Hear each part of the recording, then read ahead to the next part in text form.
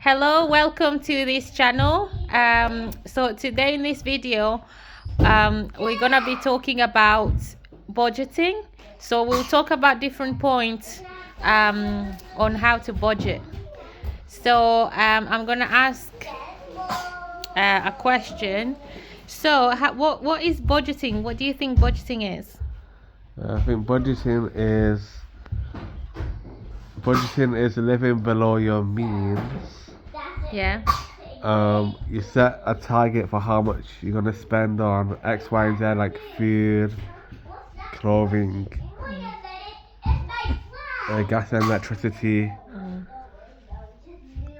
And then you write like a checklist, or you have a spreadsheet ready of Yeah. all your income and expenditure.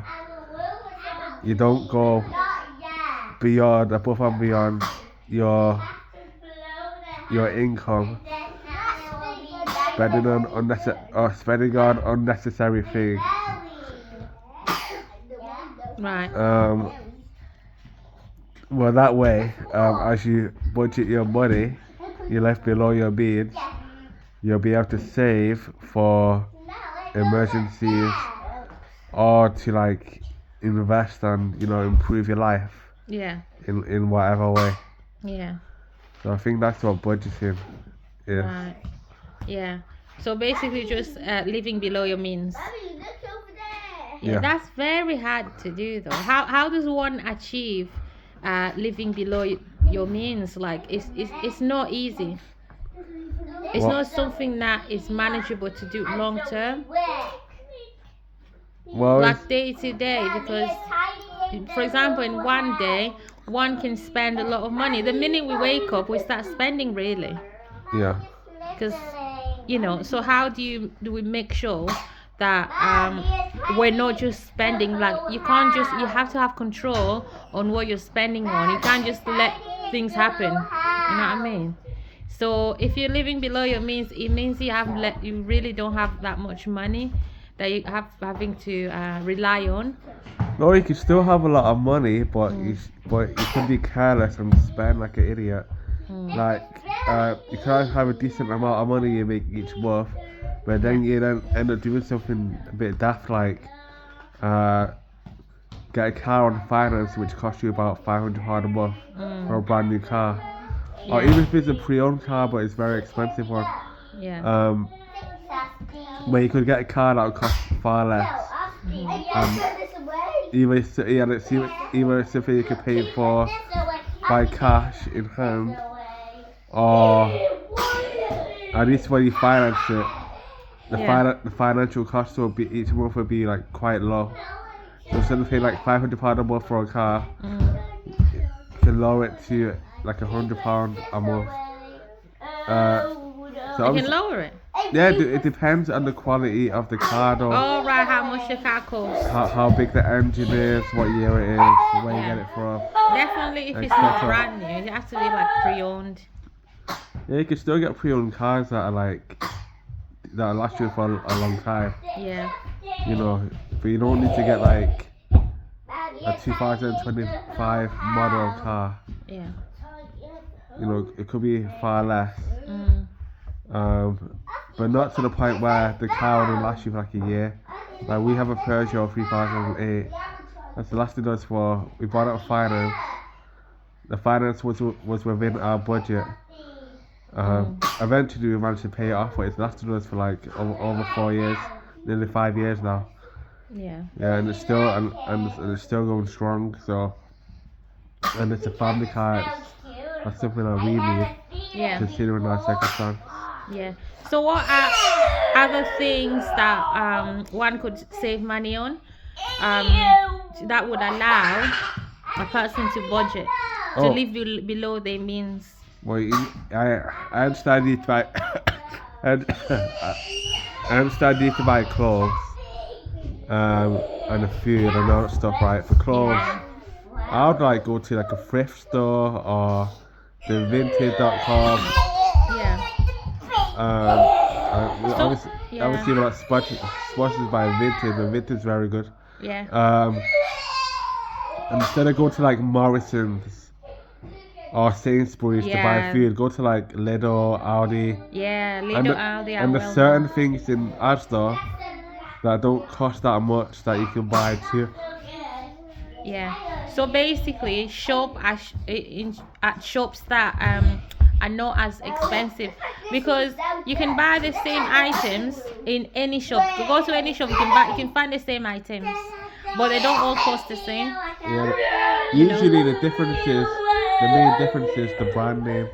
Yeah, the brand name. Some shops are more expensive than others, but they're all selling the same things. So it makes no sense if you want to budget, if you want to save yourself some money, it makes no sense to buy something like, say, bread in a shop that sells it more expensive than another shop that sells bread as well, but much cheaper. So you might save yourself money on items like that if you just shop around and compare prices. Do you think it's worth writing a shopping list before going to the shop? Yeah. Having a shopping list. Yeah. And not just a shopping list, also paying cash when you go to the shop instead of using the card. I don't know about that. What difference would that make? I feel like cash is better. Go to the shop, having a shopping list, and withdraw some money. Oh, you so mean you like have cash? Oh, you mean like yeah. So because you have like, let's say you have like £40 to spend. Yeah. Because you have it in cash. Yeah. You can't spend beyond the £40. No, because that's all you have. Yeah. But if you got your card with you, you'd be like, oh, 40, something that costs £40, and that's all you have in cash. Yeah. But it's not. You end up having to get something else, and then you end up being £50. But because you got your card with you, you'll be like, okay, that's no problem. You're just gonna pay the rest with your card. Sure. But you know what I mean? If you don't have a card, then you have an option to return some of the stuff, so you can keep the cost of £40. And then in most cases, you don't really need every single thing you got on the shopping list. Try not to go shopping with your children. And try not to go shopping when you're really hungry. Yeah. I've been guilty of both of those things. Yeah. Because when you're hungry and you're doing shopping, eventually you feel like, I need a drink. So you're thinking, oh, but I'm on a budget, so I'm going to buy water because water is cheaper than any other drinks, right? So there you go. You've spent money that you didn't need to spend if you drank before you left, or if you took water from home to the shop, or you end up eating something. Sure. And then if you're taking kids, you know, they see things and they want to buy, and then they throw tantrums if you say no, and just eventually when everything escalates and you end up giving in and say, okay, let's just buy this to calm them down, and so on and so forth. Yeah. And then the more children you have, you end up buying everyone something. And so there you go, you spend more than you needed to spend. But then if you don't go with your kids, to shop, what if you have no one to look after them and you have no choice but to go with them? Hopefully. Especially when they're very young, at the age where you can't really reason with them, like 2-year-olds, 1-year-olds, you can't really reason with them. So it's hard to control them. Let's say you have 3 kids and 2 of them are already in school. One of them is waiting to get to that age where he or she can go to school. But in the meantime, whilst your 2 kids are around school, go to shopping with your 1 child. That way, you end up spending less. Yeah. So if one kid is asking for something, you can accommodate that. But if 3 kids are asking, then it might be a bit of a problem. Yeah, and the other thing is, like, it's not just in the shop; it's also any other places. You could always pack things with you to go. If you're ready to go somewhere, you can pack the milk, you can pack the little packed lunch. Yeah. Something that they can eat and snack on while you're doing what you need to do, whether it's shopping or what. So if they start wanting things, you can just give them what you've packed. Hopefully they'll eat it, because sometimes they'll be like, oh, what you've packed is boring, I want this, because they see them in the shop. You know what I mean? So you say you packed a pack of crisp and they're seeing chocolates and like I want chocolate, I don't want crisp anymore. So yeah, it can be it's not always easy. So yeah, that's just one other thing. Oh, also, if you want to save some money, while we do this, at least what I try to do is when it comes to like gas and electric, I set a target for how much at the max I can spend each week or month. Yeah. I try not to go beyond that. So that means like wearing extra clothing and all that stuff for certain amount of hours, and then put the heating on for at certain times. So that way I end up spending less on heating, but without having to overdo it in the sense that causing your family to freeze by not having heating on at all. Can't go to those extremes. Well, no, you got to balance things. Yeah. You can't just leave your heating on all day, all night, because it's very expensive. But you can't just not have it on. You got to have it on, then have it off sometimes.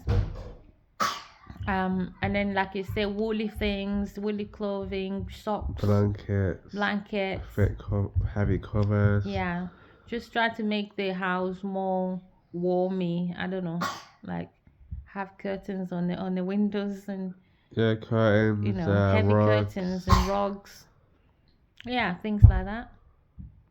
Although when it's really cold, even having those things, it's still the house is still gonna freeze. So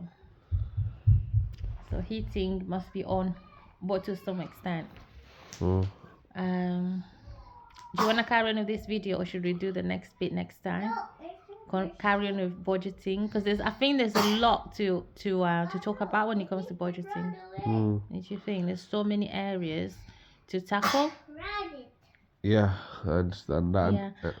So if you're in a relationship and your wife or husband is spending too much on themselves carelessly, for example, excessive makeup and manicures, getting the nails done, sunbeds, really expensive perfumes, or the husband or boyfriend is like, he likes to eat takeaways a bit too much, and he has a gym membership, but he doesn't really go to the gym, and he's still in bad shape after having it for like over a year. Means I'll cancel with that. Gym membership, but you don't go. Yeah, you go once a month. No, from my experience, I used to do that too. So yeah, I used to have a gym membership. Just couldn't be bothered cancelling the membership. So you pay once a month, but you go like maybe once a month as well. But you go the whole month, you could go. Or once a week, and this is when I was single as well. Wow, so you just didn't bother going, but you kept paying. I just wouldn't go all the time, because like, for one, the gym memberships I would get would be in the city centre, so I'd have to travel a little bit, and I can't be bothered, especially when it's cold outside. Oh yeah. It means I work out at home. I know, yeah. So yeah, eventually cancel those memberships, but then because I just wanted to enjoy myself as well, like have my own activities after work or on my days off. And one of those activities would be to work out, go to the gym. So I'd had that gym membership just in case. It's always available. But if I hardly go, then there's no, and I work out at home most of the time, then there is no cancel it. Yeah. So you had the option to work out at home, and you had the time to work out at home. Yeah. So you didn't really need to go to the gym then. You didn't need to have the membership. Yeah, so by the time we get to the gym from my house, I could have already completed a home workout. Oh. Okay, so in your case, you didn't need it. But see, that's the thing. You wasted your money on a gym membership that you didn't really use, and you still worked out anyway at home. Yeah. So you know, that's the money that you could just save. Yeah, sure. So yeah, right, so we're gonna stop there, and we'll talk more about budgeting in the next video. Thank you for listening. See you next time. Bye.